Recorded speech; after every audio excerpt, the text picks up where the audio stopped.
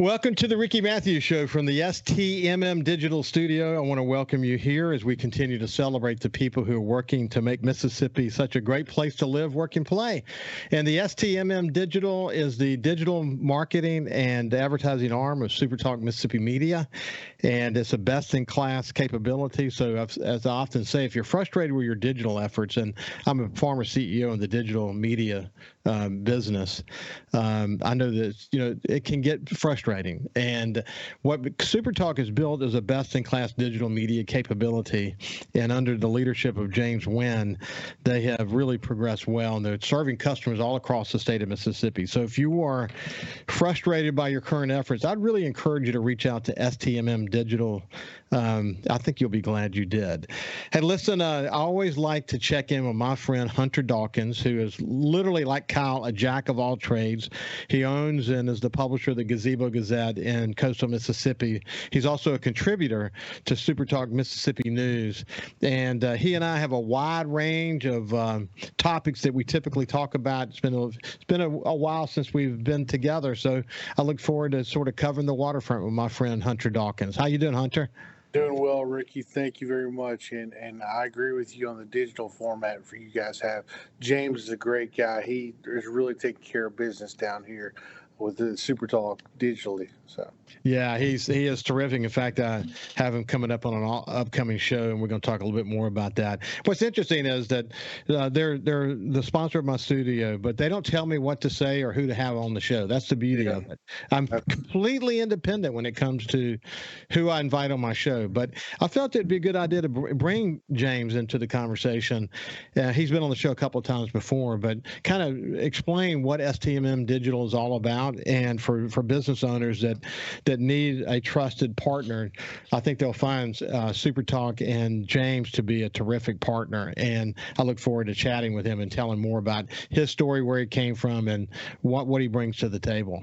I certainly agree with you, Ricky. It's also, too, not only with James, but with JT up in Jackson, when I submit articles and things as such, I have to get my boots ready because, he and I are generally talking to each other almost in not in a bad way, but in a brotherly, like critical way of what did I mean when I say this, and what happened when I did this. So very. Hey, listen, what I learned as a publisher, Roland Weeks, my mentor, once said to me, I wrote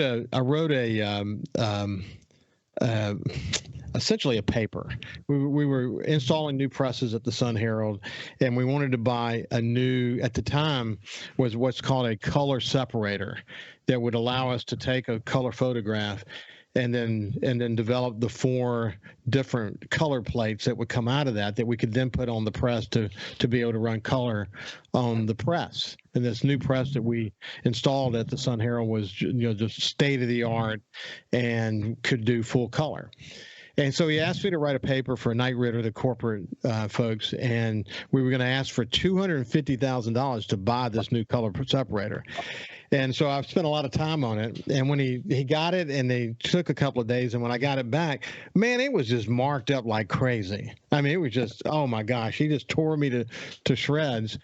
And the lesson I got from that was, I made A's in English, and was kind of proud of my writing. But what I came to appreciate, what he taught me, was that I need to learn to say what the best writers can say in one page, as opposed to the 3 pages that maybe I wrote. And so here was his advice: find a great editor, because for the rest of your career, you're going to be surrounded by people who are better writers than they're going to be better writers than you ever dreamed of being. Exactly. Pulitzer Prize winning editors and whatever. Find the best editors, because at the end of the day, your name is still the thing that's going to be on it.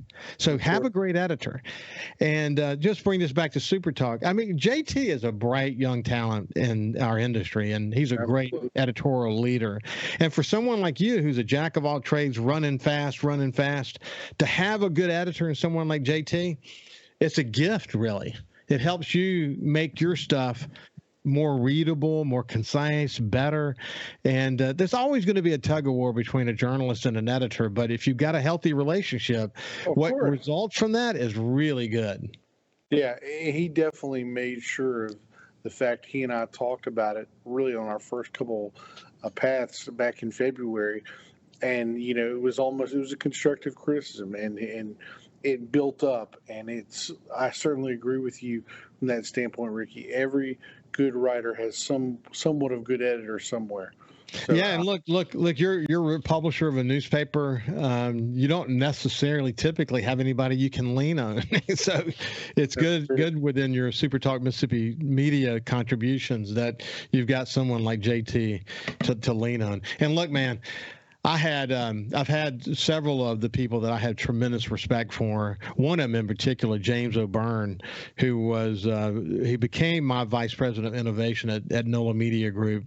Of course, we published the Times-Picayune and NOLA.com back in those days. And James was a multiple Pulitzer Prize winning editor and writer, and now he lives in France, in the countryside of France, with his wife, who's also an extraordinarily well-read editor and writer. They're both incredibly talented. But even today, man, if I want to get James's point of view about something, I'll send him a note to France and say, what do you think about this? And he's been on the show a couple of times. But I mean, once you get it tuned into people who are smart like that, it's hard not to stay in touch with them and bounce ideas off of them, because having those smart relationships like that really make you better. And it's been fun watching your and JT's relationship evolve. Well, and that's absolutely, and Ricky, and I certainly agree with you from the standpoint of having somebody that I counter with, being that my father, who very well, Ricky, was an English major at Tulane, and he constantly going into me, it was bought not bring, or things like that. And of course, from a son to a father, it's kind of a different parameter versus a guy that you work with and try to get things out there. And he and I have we have sometimes we say some loud words to each other, but at the end of the day, he and I really appreciate each other, and we work together well. Hey, let me tell you real quick on your dad, Dr. Craig Dawkins. What I remember about him when we did a trip together was he just read a lot. He just loved to read, and you see that. Here's a guy who a very accomplished doctor in coastal Mississippi, and it's fun to chat with people like that spend a lot of time kind of absorbing books and knowledge everywhere they can get it. It just goes with the territory. So you're a chip off the old block, and now you're in that position where you can impact lots of people with what you're doing. I'll give you an example. I've been watching the debates that are happening in Past Christianity these days around short-term rentals, and it's that's a big topic here, just about in every community of coastal Mississippi.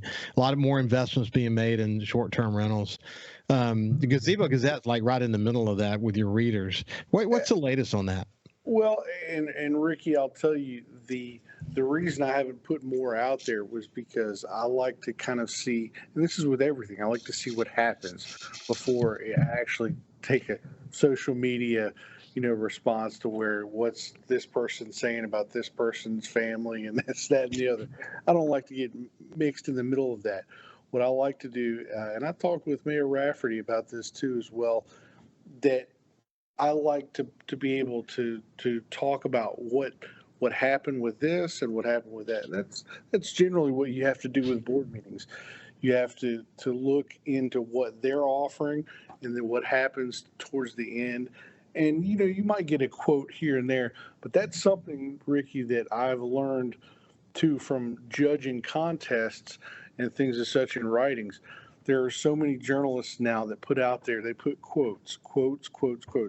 Well, that's not writing a story if all you're doing is putting a quote out from somebody. Not saying that that's not important, but you want, and I know you know this very well, Ricky, you want to be able to tell a story, how things work out, and you want to make sure actions happen before you just write out about somebody's opinion. So. So as to say is that you're working hard to see both sides of the story. If you had to sum it all up, where is the city right now on this issue? The city's it's very divided at this point, but not divided from a standpoint of not understanding one person's portion versus the other. I'll give you an example, Ricky. A lot of the people that are pro business and pro short term rentals are for this, whereas opposed to the others on the opposite side really want to protect the subdivisions in the neighborhood. And I guess we can talk more about that in a bit, but those are the basic details. Yeah, I get it, man. It's a tough one for most communities. Hey, when we come back on the other side, we'll continue our conversation with Hunter Dawkins. Welcome back to the Ricky Mathews Show. It's been a terrific opportunity to catch up with my friend Hunter Dawkins, who is a regular here. And as I said so many times, he's also a contributor to SuperTalk Mississippi News, in addition to having his own newspaper and website in the Gazebo Gazette. So, Hunter, we talked about this the last time we were together, but you're going to start doing high school football color work for SuperTalk down here on the coast around Gulfport High. You won't be doing the first one because there's an important conflict, but from that point on, you'll be doing Gulfport High games. I'm excited for you, man. And we last week, myself and Harold Rose, the guy that's going to do play-by-play, he was I guess what SuperTalk quoted, the voice of the Admirals, too. He and I did a practice run last week at Oak Grove, and I really thought it was clear and concise, and we did a pretty good job. There's some transitions you have to make to adjusting the time frames with the station and with the commercials and things as such. But from everything else, it worked out great. Well, that's cool. And you're going to be a good color guy, man. The reality is you've got coaching experience. You played. You have a passion for it. I don't know how you're going to do it because you cover the Saints and you cover the professional basketball and you cover high school and sometimes collegiate and you cover your community and you write about health issues and Lord, man, how do you do it? Well, for Friday night's usually a big night. Friday and Saturday and Sunday are all writing days for me.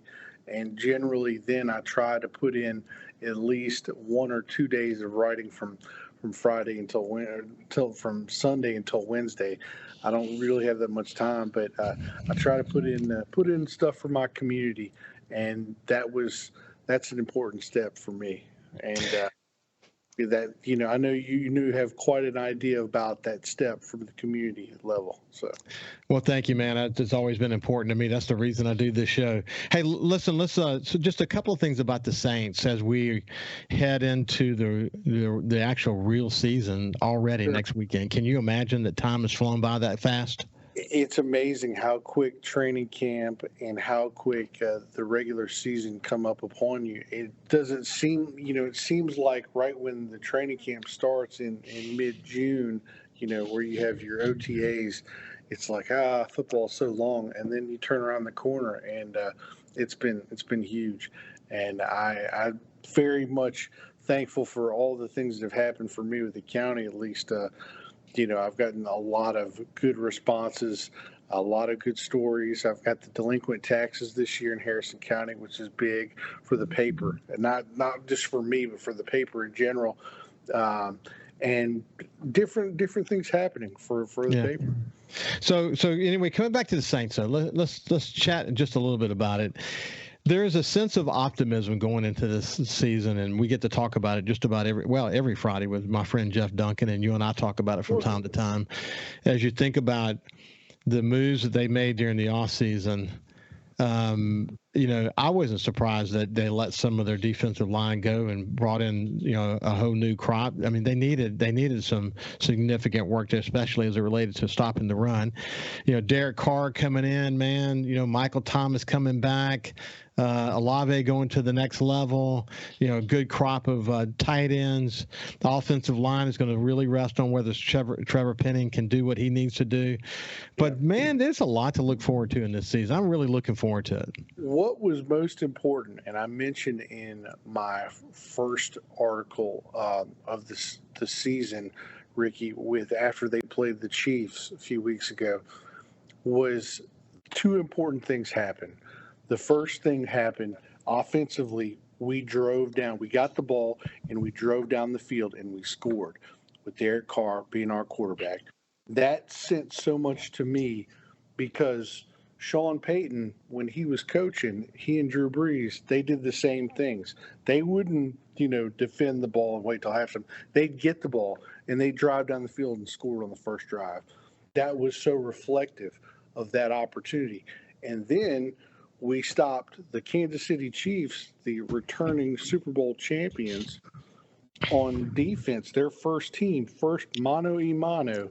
We matched up with them, stopped them on fourth down in midfield. And the last element, even though it wasn't necessarily important, I think the psyche for that game against the Super Bowl champions was that we won the game. We kicked a little chip shot field goal, but we won the game. And to me, that set a new aura in the Saints, with this Saints team finally getting out and about with what they're going to be this year. And I think that if they can hang on to that mantra, I think it's going to be great. Yeah, they decided they weren't going to rebuild, and they didn't need to rebuild. And we'll find out. All the answers to all the questions will soon get answered as they enter to the season, and we see how all of that plays out. But we are really, really. We got a good chance to win our division this year if we can keep everybody healthy. Absolutely. And you get these NFL guides and all these people that are saying, well, Falcons would be better this way.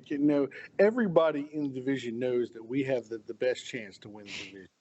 All we have to do is handle things like we're supposed to. Now, of course, the NFL is it's a organization of parity. I mean, there's always parity throughout the year, injuries, arrests, different things that happen during the season. But if we keep to what should be our potential, we shouldn't win less than 10 games. 10 games would be our lowest level. And so I think you're certainly right. And we get back in the playoffs, we host. You never know what happens after that. I hear you there. Hey, for example, you and I have not talked since Alvin Kamara got just 3 game suspension.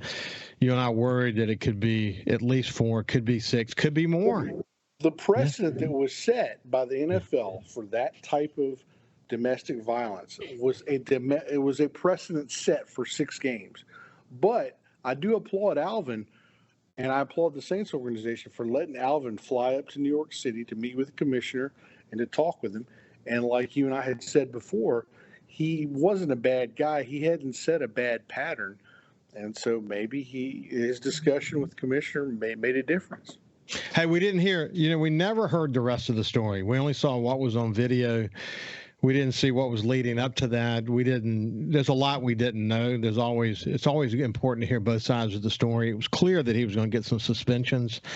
But what's interesting about Alvin, who was a philosophical, well-read, extremely intelligent man who would never usually find himself in that situation, kind of a one and done. Let's hope that's what it is. I'm sure that's what it is.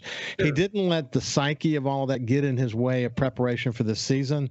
And in fact, a lot of the work that's been happening all season has been to get him the ball more in passing scenarios. They'd gotten away from that, getting out into the flaps, into open spaces, and let him do his thing. And they've got some good talent behind him that's going to be able to fill into him for the first 3 games. So I look for big things from Alvin Kamara this year. I certainly agree with you, Ricky. The fact is that there's not much coming out of the playbook in the preseason, But what is good for us is that we know, things with Taysom, things with Alvin, things with Michael Thomas, all these guys. There's a huge eruption that can happen during once the season starts, and once we get moving in the right direction, things are only looking up for the Saints. I can't agree more. I'm really looking forward to it. I'll be disappointed if it's anything other than 10 wins in the playoffs. Yeah. 10 wins in the playoff at least. Hey, while we're on football, let's jut off to Hattiesburg for a second.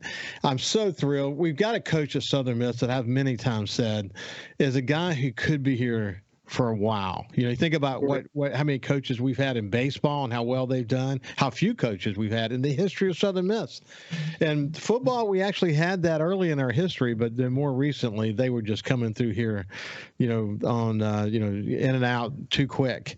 We got a coach now though, in Coach Hall that can be here for a while. He's young, who can make a winner happen, even with NIL and all the other stuff. I expect good things out of Will Hall, don't you? I certainly do, Ricky, and I think that what is going to happen at this year, once a quarterback decision is made, is it hasn't been made yet, but once a quarterback decision is made, and they fall behind, this leading offense, he's an offensive guy, and once that success goes forward, I don't see anything negative in Will Hall's direction. As a matter of fact, remind me that I go to the casino and bet the Vegas, because Vegas only had Southern Miss winning 4 games this year, and so I'm making the bet on that, Ricky. I promise you. I don't blame you. You're not the only one who said that, actually.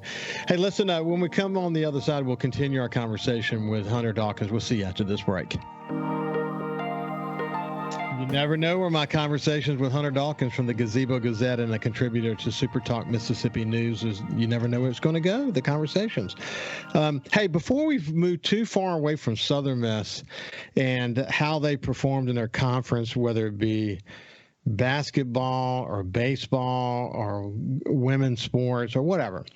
One thing that's interesting about football specifically, though, is how a coach at the level of Southern Miss, at the level where Will Hall is, how he is going to sort of handle NIL and the transfer portal and how tenuous that is. Because as soon as a player starts to emerge, can he be the glue that keeps that player at Southern Miss, or is that player going to jump off and want to go to a bigger program?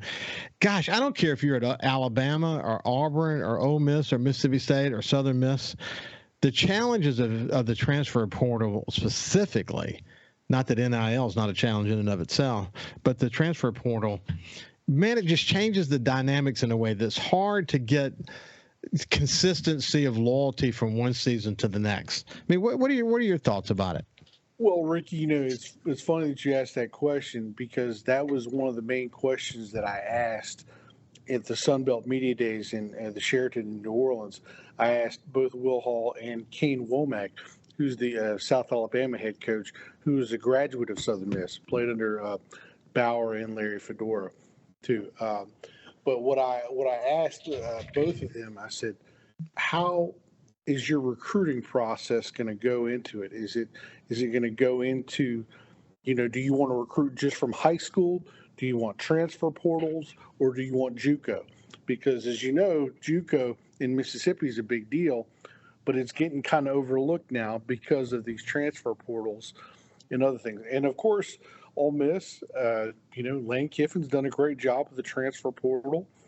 Then Mississippi State, you get with a pretty huge JUCO lock, whereas Will Hall, I think he's honestly taking it every step and a bit here and there. He told me, he said, Hunter, we just have to look at, who's got, we're watching tons of films on these kids. We're seeing where we can go with this, and we're going to let it go from the transfer portal as much as they let us. But he said, and this was a big thing at the conference with Sunbelt Commissioner Keith Gill said, we need to just kind of let NIL go with what's going to happen. We don't need to make any decisions.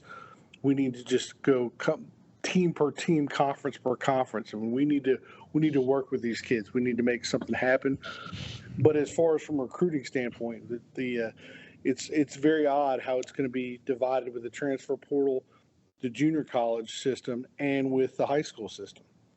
Yeah, and Will Hall, his claim to fame in Mississippi is his connection to high schools across the state and his ability to recruit from high school level. I'm sure that he'll bring that same kind of ability, that ability to connect, that ability to develop a vision for especially the junior high, the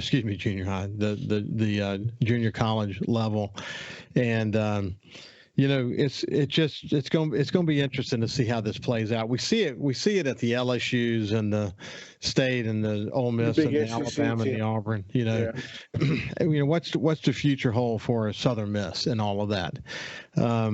Having a coach like Will Hall, though, I think is going to be a competitive advantage. If there is a competitive advantage within the guise of all of that, Will Hall is going to make the best of it. And I know that Joe Paul, president of Southern Miss, is very high on him. The alumni is very supportive. If they have a good season this year, they expect to have a good season, as you pointed out. I think it could bode well for them being a contender, particularly in their conference, for God's sake. I mean, I think they're going to be a contender. Anything else you want to say about that? Well, Ricky, I think is you being a USM alumni and my mother being an alum from USM, I've always been kind of following USM football, at least from a certain standpoint. But I think they're getting back to what they used to be with their schedule this year. They have got some tough in conference, but they've got a little bit of non-conference tough with the game against Florida State, then a game against Tulane, but then you have non-conference games also, Alcorn State, and there's another one where it's just kind of in the ability of bringing the good games back. The SEC game they play, it's Mississippi State right before the Egg Bowl. It's bringing that rivalry back, bringing that USM style back, and I think that's what I've noticed from Will, that he really wants to bring that toughness, that to the top mentality back. Hey, listen, speaking of Tulane, not to go into too much detail about Tulane, but what they were able to do with that program in just 1 year, it's unbelievable, isn't it? Well, and they've got a whole bunch of kids that weren't drafted. Will Anderson, who's on the Saints right now as the undrafted free agent. Deuce Watts, who's from Mississippi, who's from Wiggins, who was one of the main receivers, is one of the top receivers for that Packers unit in Green Bay. It's phenomenal what they've done, and Spears and a couple other kids that were drafted. It's impressive. And they're a Mississippi connection. They have so many kids from Mississippi on that team, which is another thing that makes that very instrumental for us. So, hey, listen, I know you pay close attention to the Pelicans, and just like the Saints are a regional team. I mean, Jeff points us out all the time that the owners of the Saints and the management of the Saints recognize that the Gulf South is what they're really drawing from, say from Pensacola, as far over into Texas.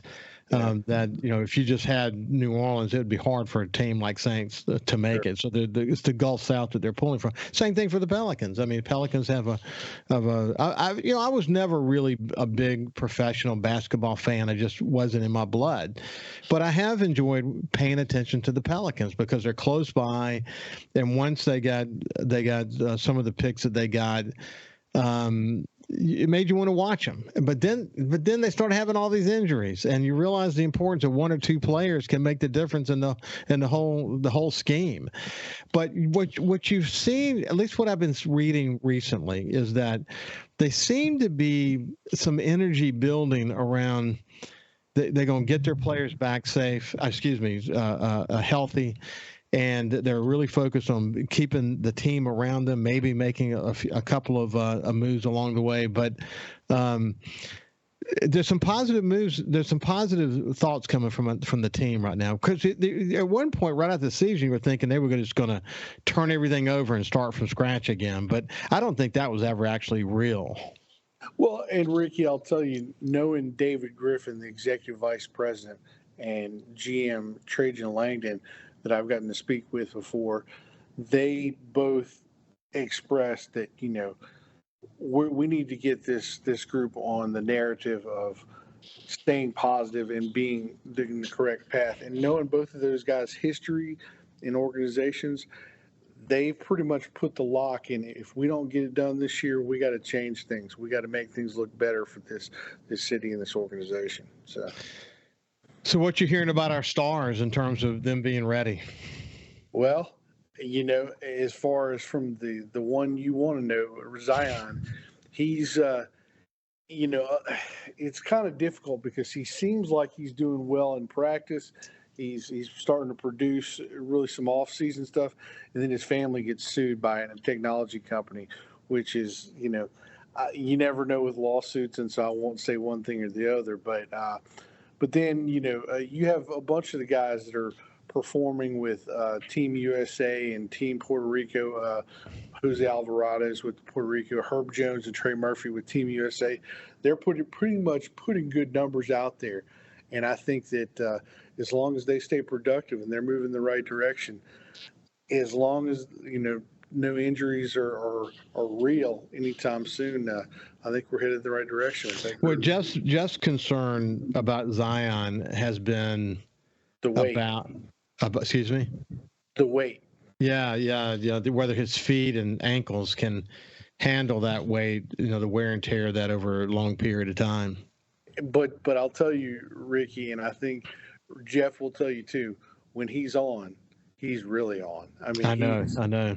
He's one of the unique talents I would put him, of all the players in the NBA at their best, he would be in the top 5 when he's playing at his best. Yeah, but you gotta have him. I mean, you could say the same thing about Michael Thomas. When he's playing, he's the best there is. So, but can we keep him healthy? This may be the last hurrah for Michael Thomas. And Dennis Allen put that out there. He said, "Look, we've got enough receivers this year.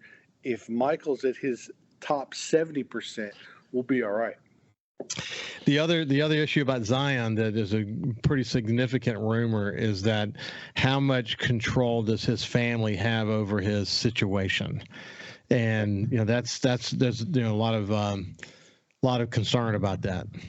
I certainly agree with you on that, Ricky. But just like with a number of other situations throughout the state of Mississippi with the Orr family and things as such, the family control is always an issue.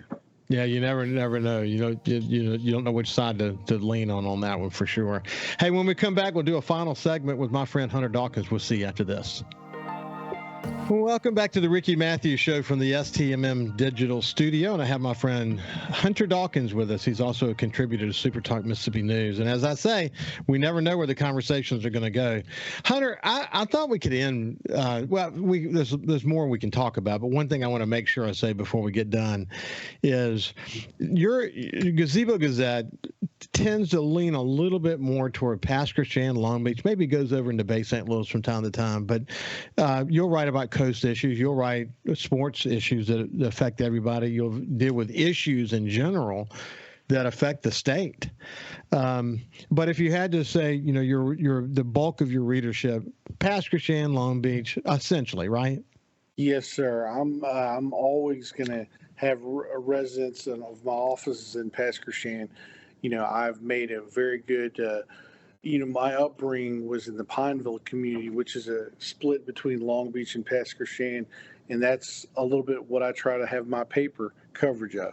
And I lean a little bit out in the county and a little bit out in the Bay because I went to school in the Bay. But I'm more of a West Harrison County guy, but I'm also the only independent newspaper. Well, I have the only independent newspaper within about a 100-mile radius. So. Yeah, I'm thrilled. You mentioned about the county, incidentally, and I'll just make this quick point. I have seen things at the Harrison County Board of Supervisors, particularly during the coastal Mississippi tourism effort, where the micromanaging and pettiness was just off the charts. And more recently, we've seen more stuff that's not good for the county. I have respect for everyone who serves in public life, even if at times they do things I don't necessarily agree with. In the case of the Harris County Board of Supervisors, though, I was glad to see that we're going to have at least a couple of new faces on that board. That it's always good to inject new blood, and I think the two people that are going onto that board are people who have worked hard, that are level-headed, they're smart, and they'll bring a different perspective. And I think we needed that. I think things were getting pretty petty. I hate to. I mean, that's just the word that comes to mind. I totally agree with your point, Ricky. But I also will tell you, from the past two administrations, I've made very good friends with every one of the supervisors. Yeah, and me too. Me too. Listen, I've had long histories with Connie and Beverly and Rebecca and Ladner. I mean, I've got relationships with them all. So it's not about in spite of specific incidences where it could have gotten personal. I've not really focused on that. I've tried to stay above the noise and just focus on how did we get here and how do we move forward. And frankly, I do think Connie and I running for re-election, I think opened up an opportunity to bring new blood in. That is what it is, and that's a good thing. And then having one more board seat turn is also not a bad thing. So at the end of the day, some new blood is going to be good, and I think we're going to be moving in the right direction. I think you're certainly right about that, Ricky. I think a new change is always not only there, but in the sheriff and everything else. It's always healthy. Even though most individuals in our society nowadays are a little bit more conservative, I think sometimes changes are a good thing. Changes are a good thing. And you mentioned the sheriff's race. Man, what a dynamic choice Coastal Mississippi had. I don't think we fail at either one of these guys. No, both the gentlemen, Matt and I, spoke for a long period of time at his election night, and Lewis and I talked the other day. We're both very great guys, as I've told you before on the show, Ricky. I have no bad words to say about either one of those guys, and they're both. Matt will do a phenomenal job as the sheriff. I'm sure. So. Yeah, I think so too. Hey, so coming back to Pastor Shannon for a second. So I drove through there the other day. I had to go have lunch over in Bay St. Louis, and I took a little swing through downtown Pastor Shannon into the harbor.